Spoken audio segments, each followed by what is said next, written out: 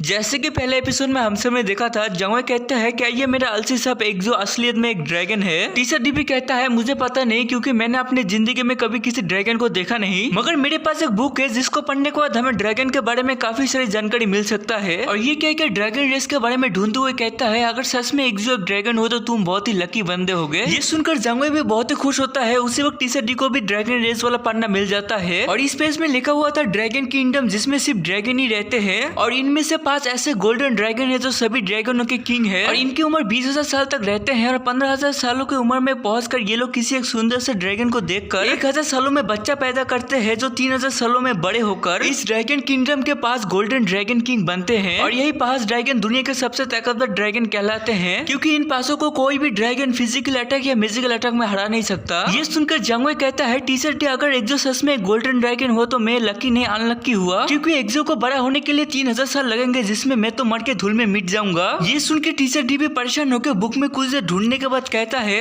इस बुक में लिखा हुआ है गोल्डन ड्रैगन पैदा होकर पहला सिंह आने तक 600 साल लगता है, मगर एक्जो का तो दोनों सिंह आ चुका है, मतलब समझे बेटे। ये सुन के जंगवे भी कहता है मैं कुछ भी नहीं समझा। टीचर डी कहता है तुमने जो जिंदगी का सेक्रीफाइस करके एक्जो को बचाया था इसके और तुम्हारे गोल्डन एनर्जी चूज कर एक्जो बहुत ही जल्दी से बड़ा हो रहा है, इसलिए तुम्हें एक्जो को लेकर चिंता करने की जरूरत नहीं है, तुम बहुत ही लकी बंदे हो। ये सुनकर जंगवे भी बहुत ही खुश हो जाता है कि मेरा पेट एक ड्रैगन है। उसी वक्त टीचर डी भी इस बुक को नीचे रखकर कहता है इतना जल्दी खुश मत हो जाओ, अभी तुमने सिर्फ बुक का पहला पेज ही पढ़ा है और आखिरी पेज में ड्रैगन लैंड में जाने का मैप है और वहाँ के रूल भी है और बहुत जल्दी ऐसा भी हो सकता है ड्रैगन लैंड का किंग एक्जो को वापस ले जाने के लिए आ जाए, तब तुम्हें भी एक्जो को उनके साथ जाने देना होगा। ये सुनकर जंगवे जोर से कहता है मैं किसी को भी एक्जो को ले जाने नहीं दूंगा। टीचर डी भी कहता है तुम्हें समझना होगा ड्रैगन किंग एक्जो का डैड है और तुम एक्जो को उसके फैमिली से दूर कर रहे हो और तुम्हें यह भी समझना होगा अगर एक बच्चा खो जाए तो उनके मॉम डैड के ऊपर क्या बीत रहा होगा। और कुछ देर सोचने के बाद जंगवे कहता है आखिरकार एक्जो एक ड्रैगन निकल गया और मैं बहुत ही लकी हूँ कि एक्जो मुझे मिला। उसी वक्त टीचर डी भी कहता है तुम दोनों अच्छे से रहना, मैं अभी चलता हूँ। और ये कह के टीचर डी वहाँ से निकल जाता है और टीचर डी के जाने के बाद जंगवे सोचता है अगर मैं अभी खो जाऊँ और मेरे पेरेंट्स मुझे ढूंढ ना पाए तो उनको बहुत ही बुरा लगेगा। ये सोच के एक्जो के सिर पे हाथ रख कर कहता है मेरे ग्रेजुएशन पूरा होने के बाद मैं तुम्हें लेकर ड्रैगन लैंड में जाऊंगा और तुम्हारे पेरेंट्स से रिक्वेस्ट करूंगा कि तुम्हें मेरे साथ आने दे, उसके बाद हम दोनों हमेशा के लिए एक साथ रह पाएंगे। इसके बाद शाम के समय में जंगवे बिस्तर पे लेटकर सोचने लगता है 2 दिन बाद स्कूल का छुट्टी है और शायद टीचर जी मुझे घर पे ले जाने के लिए आएंगे और मैं भी टीचर जी से मिलना चाहता हूँ और मैंने जो जो नया चीजें सीखा है टीचर जी को दिखाऊंगा और जरूर टीचर जी ये सब कुछ देखकर खुश होंगे और पता नहीं मेरे पेरेंट्स मुझे मिस कर रहे होंगे या नहीं, मगर मैं उनको बहुत ही मिस कर रहा हूँ। इसके बाद 2 दिन गुजर जाते हैं और जंगवे घर पे जाने के लिए बाहर आ चुका था और बाहर टीचर जी जंगवे के लिए खड़ा हुआ था और टीचर जी भी जंगवे को देख लेता है और जंगवे भी बहुत ही खुश होकर जाकर टीचर जी से गले लगा लेता है और कहता है टीचर आप आ गए, मुझे लगा नहीं था आप आओगे। टीचर जी भी कहता है मैं कैसे तुम्हें लेने के लिए आता नहीं। इसके बाद ये दोनों जाते हुए कहता है टीचर क्या आपने मेरे पेरेंट्स से मिले थे। टीचर जी भी कहता है आने से पहले मैंने तुम्हारे पेरेंट्स से मिला था और तुम्हारा स्कूल कैसा गया। जंगवे भी कहता है बहुत ही अच्छा था, मैं फर्स्ट ग्रेड से होकर एकदम से सेकंड ग्रेड में चला गया और मैंने एक बहुत ही अच्छा दोस्त भी बनाया है जिसका नाम माक्यू है। और इसी तरीके से जंगवे अपने सभी बातें बताते हुए घर की तरफ जाने लगते हैं, मगर बीच रास्ते जंगल में कुछ लुटेरे इन दोनों का रास्ता रोक लेते हैं। ये देखकर टीचर जी भी कहता है जंगवे तुम यहाँ पर रुको, मैं आगे जाके देख के आता हूँ क्या चल रहा है। ये कह के टीचर जी आगे जाकर कहता है क्या चल रहा है, तुम लोग ऐसे रास्ता क्यों रोक के रखे हो। सामने से इन सभी का बॉस कहता है यहाँ पर कुछ भी नहीं चल रहा, हम लोग सिर्फ पैसे और कुछ औरत के साथ मजे करने के लिए आए हैं और मैं तुम्हें एक सलाह देना चाहता हूँ कि हमसे लड़ने की कोशिश मत करना और अपने पैसे मेरे हाथ पे रख दो। ये देख के टीचर जी एक पैसा इसके हाथ पे रख देता है। ये देख के लुटेरे के बॉस को भी गुस्सा आ जाता है और ये पैसा जमीन पे फेंक कर कहता है हम लोग यहाँ पर भीख मांगने के लिए खड़े नहीं है, अपना सभी पैसा मुझे दे दो वरना तुम सही सलामत नहीं रहोगे। सामने से टीचर जी भी इस पैसे को उठाकर कहता है ऐसा है तो थोड़े समय रुक जा, मैं इससे भी ज्यादा पैसा लाता हूँ। ये कह के जंगवे के पास चलाता है। जंगवे भी पूछता है टीचर ये लोग कौन है। टीचर जी भी कहता है सिर्फ कुछ लुटेरे हैं और बहुत ही कमजोर हैं, जाओ जाकर सबक सिखा के आओ। ये सुनकर जंगवे भी कहता है सबक सिखा के आओ, आपका कहने का मतलब क्या है। नहीं नहीं मैं ये नहीं कर सकता, आपको ही शायद ये करना चाहिए। ये सुनकर टीचर जी भी मुस्कुरा के कहता है नहीं तुम्हें ही ये करना होगा, मगर चिंता मत करो, अगर तुम किसी भी बड़े मुसीबत में पड़ जाओगे तब मैं जाके तुम्हें बचा लूंगा। ये सुनकर जंगवे सोचता है मुझे लगा था आज के दिन शायद टीचर जी मुझे कुछ भी नहीं कहेंगे और अच्छे से बर्ताव करेंगे, मगर नहीं, आगे की तरह ही टीचर जी निर्दयी थे और शायद आगे भी रहेंगे। मगर उसी समय पीछे से टीचर जी जंगवे के पीछे मार के जंगवे को हवा में उड़ा के लुटेरे के सामने फेंक देते हैं और जंगवे भी इन सभी के सामने आकर सभी को हाई कह के अंदर से डरते हुए बाहर से दांत दिखा के मुस्कुराने लगता है और डरते हुए कहता है सर आप देख सकते हो हम लोग गरीब लोग हैं और हमारे पास फूटी कौड़ी भी नहीं है, इसलिए प्लीज क्या आप लोग हमें जाने दे सकते हो। उसी समय जंगवे को पकड़ने के लिए एक बंदा हाथ बढ़ाता है, मगर जंगवे अपने जगह से गायब होकर 3 मीटर दूर चला जाता है। ये देख के इन सभी का बॉस कहता है ये बच्चा एक मेज है, सभी लोग आके इसे पकड़ने में मदद करो। और सभी लुटेरे आके जांगवे को चारों तरफ से घेर लेते हैं। ये देखकर जांगवे भी कहता है आप लोग क्या करना चाहते हो, मगर रुक जाता है और सोचता है इन सभी से बात करके कोई भी फायदा नहीं, मुझे भी शायद लड़ना चाहिए। और ये सोचकर अपने हाथ आगे बढ़ाकर अपने मैजिक को समन करने लगता है। और ये देख के सभी लुटेरे डर जाते हैं और इन सभी का बॉस इसे रोकने की भी कोशिश करता है, मगर आखिरकार जांगवे के हवा के अटैक से ये सभी लोग हवा में उड़ जाते हैं। ये देखकर जांगवे भी सोचता है क्या मैं जीत गया। उसके बाद अपना हाथ ऊपर करके बहुत ही खुश होकर कहता है हाँ मैं जीत गया। ये देखकर टीचर जी भी बहुत ही खुश होकर कहता है तुमने कौन सा मैजिक यूज किया। जांगवे भी कहता है इसका नाम शाइनिंग लाइट है और ये मेरा सबसे ताकतवर मैजिक है। टीचर जी भी कहता है मगर तुमने अपना सबसे ताकतवर मैजिक अपने से कमजोर बंदे के ऊपर यूज क्यों किया। जांगवे भी कहता है सॉरी टीचर मैं डरा हुआ था इसलिए मैंने ये यूज किया। टीचर जी भी कहता है कोई बात नहीं, वो सभी बंदे भी अच्छे बंदे नहीं थे और मैं ये देख के खुश हूँ कि तुमने अपने ताकत को और भी ज्यादा बढ़ा लिया है। ये सुन के जांगवे भी शुक्रिया कहता है और इसके अगले सीन में जांगवे अपने घर पे पहुंच जाता है और घर के बाद जांगवे का मॉम जांगवे के लिए इंतजार कर रही थी। ये देख के जांगवे के आंख में आंसू आ जाता है और जांगवे जाकर अपने मॉम को गले लगा लेता है और कहता है मॉम मैंने आपको बहुत ज्यादा मिस किया। जांगवे का मॉम भी कहती है मैंने भी तुम्हें बहुत ज्यादा मिस किया। और बगल में जांगवे का डैड भी खड़ा हुआ था और कहता है मैंने सुना तुमने एग्जाम में फर्स्ट आए थे, बहुत अच्छे, तुम बहुत ही अच्छे लड़के हो। और जांगवे भी अपने डैड को देखकर बहुत ही खुश होता है। इसके बाद ये तीनों घर जाने लगते हैं और जाते हुए जांगवे का मॉम कहती है मैंने तुम्हारे लिए तुम्हारा पसंदीदा खाना बनाया है। और जांगवे का डैड भी कहता है घर जाने के बाद बताना कि तुमने अपने स्कूल में क्या क्या किया। और यहाँ से ये एपिसोड खत्म होता है। मिलते हैं अगले एपिसोड में।